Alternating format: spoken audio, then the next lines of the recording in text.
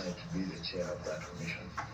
The people you are bringing on board are of different diversity and diverse skills, experiences, backgrounds, and so forth. In the previous 2 cycles of elections, we've had what we call boardroom wrangles among the commissioners. Can you tell this panel what strategies you will have to make sure that the team that is picked will work cohesively to serve the people of Kenya diligently and with a lot of integrity, and will not experience what we have had the last 2 cycles?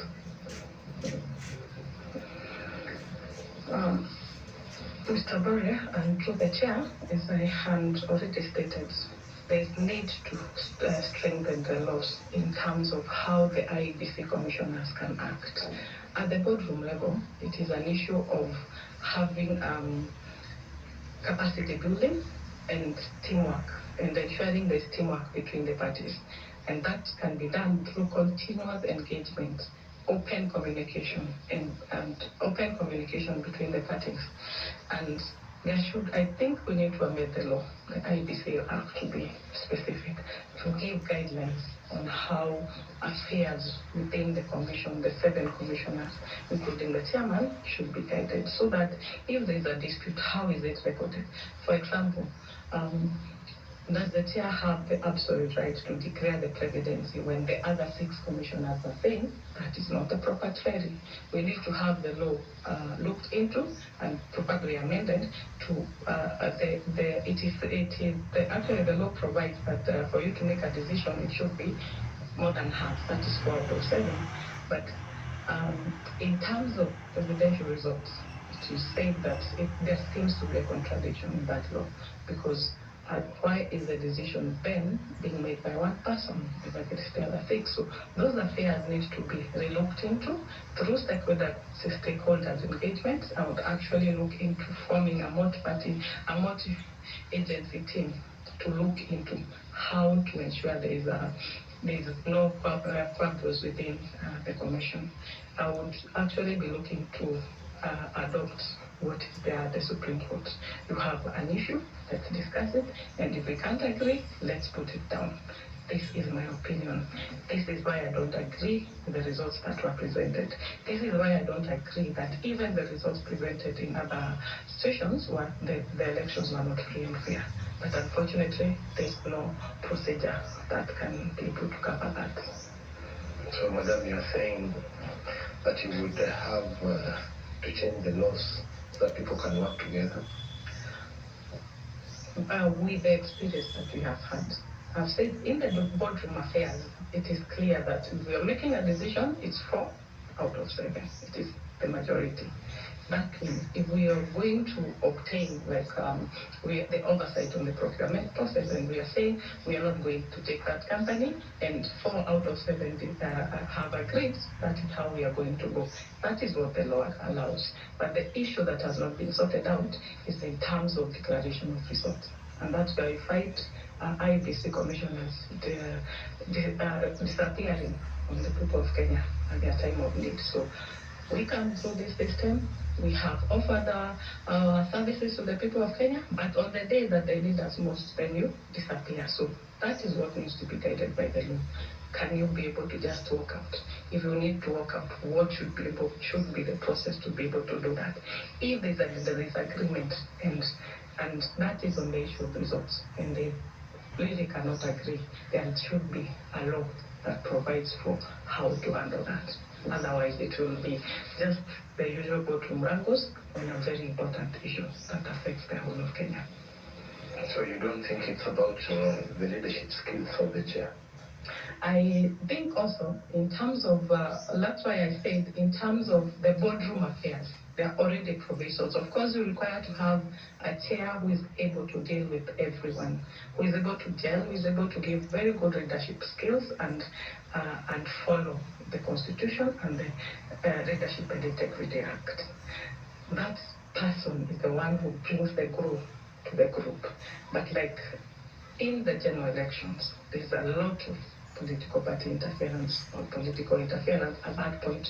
That's why it is very important to have that the law being the one providing for what should be done in that kind of circumstance. Now,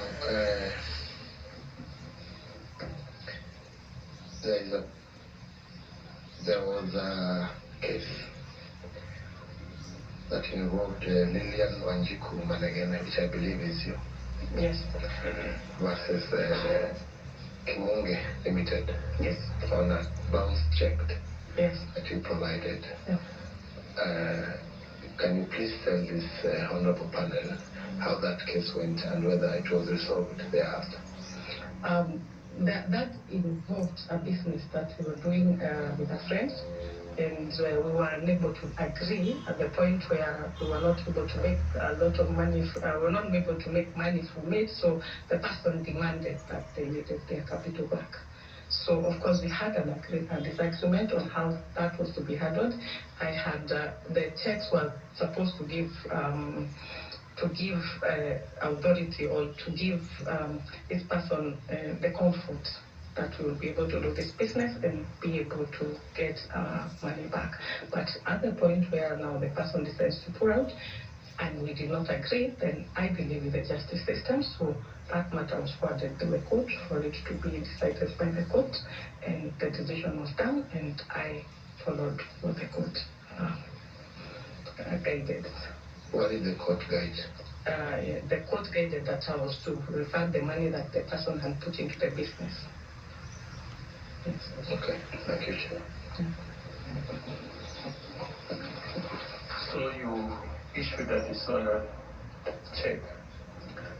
Like I said, the issue was not the dishonored check. The check was not supposed to have been used for that purpose, because at that time we already had a disagreement on how to handle the business as it was. So the best possible way was I had given this check as for this person to have comfort about the business that we were getting into. So when we had the disagreement, without my knowledge, that check was deposited. So of course, at the time it was deposited, if you don't have money to definitely be dishonored, there was no money in the account.